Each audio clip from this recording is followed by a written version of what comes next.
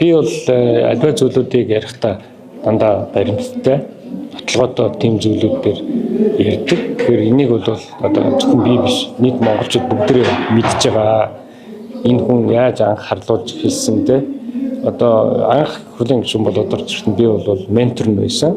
Тэгээд бодлогын зөрүүнүүд гарсан. Тэрнтэй холбогдуулаад энэ хүн бол янз бүрийн аргаар харлуулж гисэн. Хамгийн эхлээл релиз тэгэл тэгээд сүүлдээ бүр янз бүрийн шалтгаанаар тэр үедээ л одоо ойдлогон одоо хөрөнгө оруулалтын гэрээг хийсний дараагаар энэ гэрээг одоо ашиггүй болсон гэдэг 9 жилийн дараа зохион хэрэг үүсгээд ийм асуудлууд гаргаж ирсэн. Тэр болгон дээрээ бол маш их одоо системтэйгээр одоо муулахтай эсвэл одоо харлуулах юм ажлууд хийсэн. Тэгээд ингэж одоо эргээд харж байхад бол энэ ерөнхийлөгчийн сонгуул тэгээд дараагийн сонгуул өөрсдийнхөө өрсөлдөгчийг одоо зайлуулах ийм л алхмуудыг хийжсэн байна гэдэг нь тодорхой болж байгаа.